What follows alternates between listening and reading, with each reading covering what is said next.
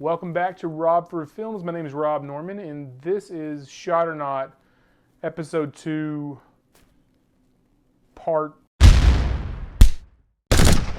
Hit it! That's what I'm talking about. Yeah, this has been kind of lengthy. I can't find a great way to organize these so everybody can find the parts. I'm not sure. Give me your thoughts down below if you think of a better way to do these, because they've been overly difficult to figure out a way to release these in a way that makes sense to everybody. I don't know. I'm working on it, so stick with me a little bit. Let me recap last week. Cole went crazy, ran from the railroad police, and now is desperately trying to cover up his giant embarrassment. All right, so I want to make this very clear. Everybody else quit on me. Everybody else quit. Nobody wanted any part of what was happening here. By pretending like he's the only one that stuck around. And that's just something I can't stand for. I'm not a quitter. I'm not a disappointment. I can't disappoint people. I can't disappoint you guys. And we know for a fact he ran like a little chicken. So, while Rob was sulking around and saying this is over and I should have picked an easier shot. So we ended the episode where we had no place to film, and basically we were done with the shot.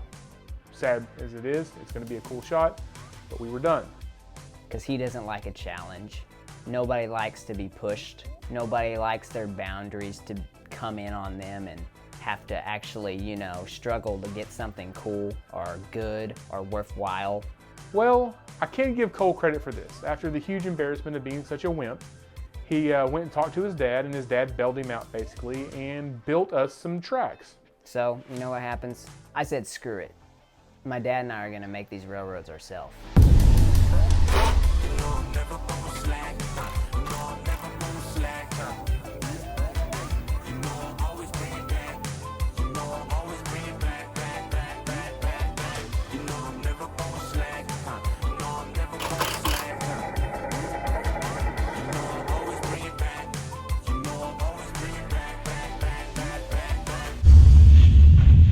So my dad and I, we made the railroads, and then I sent it off to everybody, and they basically were like, wow, thanks for saving us, Cole. That was really nice of you. You really showed up big this time. And I was like, yeah, you're welcome. Now we just have to have a place to put them. So Rob called up Staley, and it turns out he has some land with some trees. And I said, well, I have some railroads. We can just put them in between those trees. And I kid you not, we had a location within a day. Then we went to go practice the next day.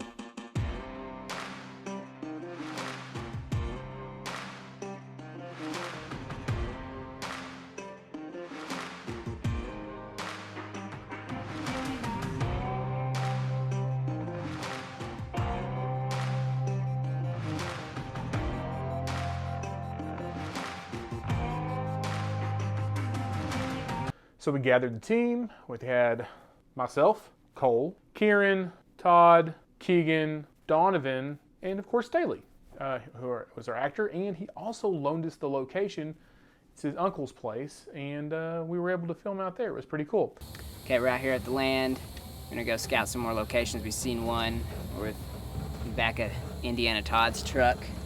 Deer! Kieran, get it! Deer! Oh, it ran away. I got it a little bit. Okay, sorry, I'm in your way. It's pretty fun. It's a little spooky. We saw a hog at one point. Oh, wild hog. Wild hog? Where? Is it a hog? You hear those things coming. And if you know anything about hogs, you know that they can just ruin your entire day with ease. And that's just the most wonderful situation you want to be in when you're trying to film something at night. Bad. I kind of like the other spot better a little bit because we have trees, more trees right here. Because right now we're working against the wind and that fog, and we may need something to block the fog so it stays in a central location. He did a good job. I thought they look cool, yeah.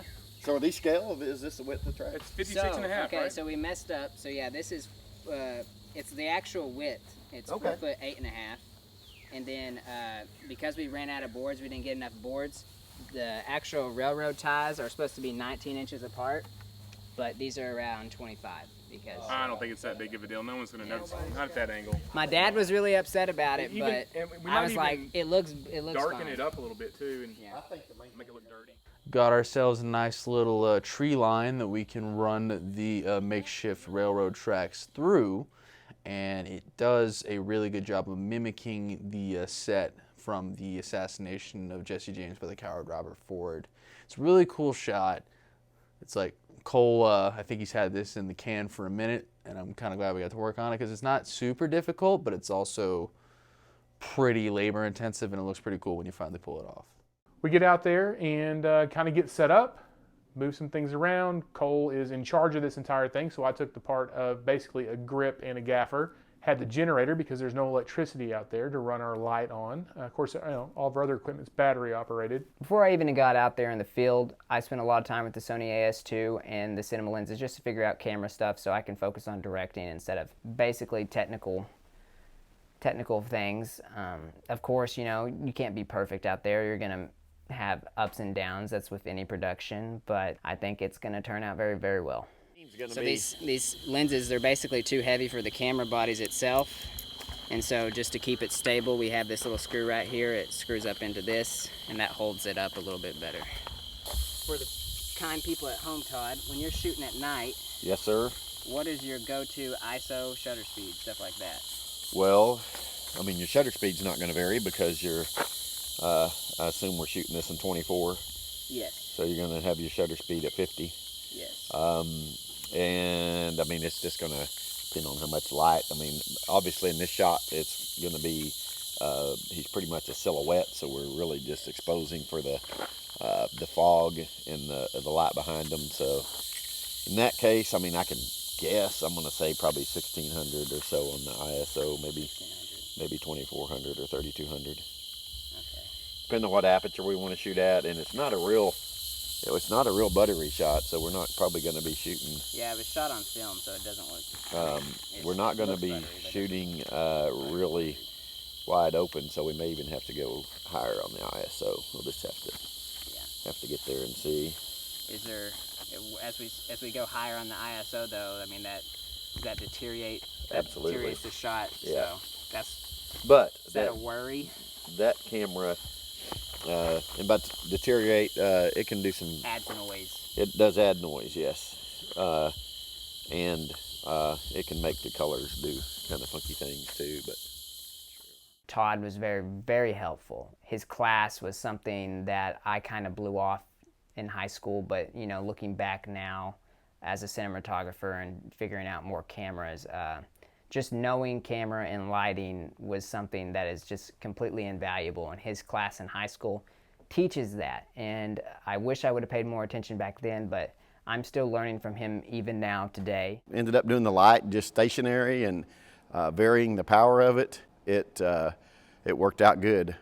We decided probably to bring some gels to filter the light on the final shot, just to maybe do a couple of takes like it was, and maybe a couple with a little bit of warmth to the light to see if that made a difference. Because comparing the real shot from the movie to our practice shot, I felt like theirs was a little bit warmer. We'll see when we release the final thing which one the editors picked. I helped everybody set things up, and then the people that didn't know how to use them, I gave them a quick tutorial, like Kieran. Gave him a quick tutorial on that light. He'd never seen it before. So, or if he hadn't seen it, I mean, he's never used one before, so I just showed him how easy it was to use that light, talked to him a little bit about that, and then he took over from there. What I did was I went ahead and acted as the perspective on the light. We held the light in one spot. So what I would do is I would just turn the dial a little brighter to make it seem like it was the train light like in the film. Because in the film, I believe they just have like a light coming forward. It could be a real train, who knows? But what I did was I took the light from a set spot and raised it about 4 or 5 degrees as the shot went on to make it appear as if the train was coming closer. That's movie magic. You know, anybody that knows Kieran just knows that you're going to be in for a very interesting time when you work with Kieran. No, in all actuality, Kieran's a good kid. When it comes to Todd Peterson, I really try to live by a teaching that my mom imparted into me, and it's if you don't have anything nice to say, don't say anything at all.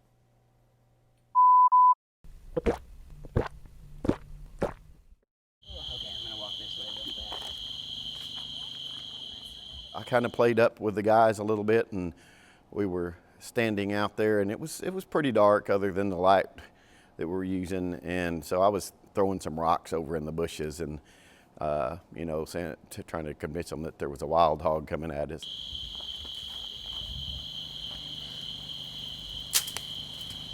That was you.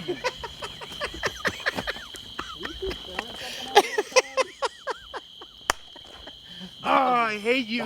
I hate you so much. I think Donovan thought it was just a cow, but I don't know. Smoke maker? I wouldn't mess with the smoke maker. Old Robbie's gonna get mad. Oh no, I'm gonna put the smoke maker back. I said, put the smoke maker back now. Old Robbie gonna get mad. The guys are kind of a little bit of douchebags at times. Like to call me Robbie, so Kieran doesn't like to be called Gibby. From now on, I'm just going to call him Gibby because he called me Robbie. That's what you get. How do you like them apples? We had one fog machine, and we got some fairly decent looking stuff with that. I was still a little concerned and thought we probably needed another one. See, I mean, look right there. That's just a little bit of light makes that fog pop. Yep. See, that's awesome. I mean, it's going to be cool either way. Yeah, I think turn down. Go ahead and step back over there for a second real quick, Staley. Yeah, we... Because I don't think, and I think that'll keep the thing from, yeah, see. Haloing him? Yeah, it's not halo. Yeah, I didn't bring any bad. diffusers. We just said we were worried it Well, wasn't no, bright that's enough. fine, yeah. Yeah. Because that's what that's what we've been looking at, Rob, is that little ring around. Well, yeah, I mean, Todd's got a million diffusers for that, Yeah. so that's not a problem. Well, and I've got reflectors too. Soft yeah. boxes. Cause That's what I'm talking about. Yeah, that's what I mean. Soft yeah. boxes. Okay. Yeah, you got a bunch of I those. think we're money So, almost. It does get just a tad bit white. The light spreads out a little bit more as soon as he steps up. So do we just turn it up just a little? You think so. Turn it up Maybe just a little bump it bit a as little soon as he bit, steps yeah. on like the from box. 16 to 20 or something? Yeah. Yeah, Not just a much, little bit yeah. when he steps up on the box. As soon as he steps up, just raise it up a little Right. bit to kind of mimic that, you know. Yeah, that see, look at that. thing That's much going. better than as bright as we had it. Yeah. On the practice shot, it looked really good. I think we kind of worked out some of the stuff with what lens to use and position and stuff like that. Overall, I thought the practice went very, very well. There were some things I knew that we had to improve upon for the next shot, but I knew we would get there because I had excellent crew. Rob is just the greatest handyman you can have, and so I knew having him out there with the fog and the generator and stuff like that, everything was going to go good. And then Kieran, he's just a great guy, and I'm proud to have him on the crew. Everything just went smoothly. Staley's going to be great. I'm really excited for the final shot. I can't believe this is actually happening, but you know what? It is.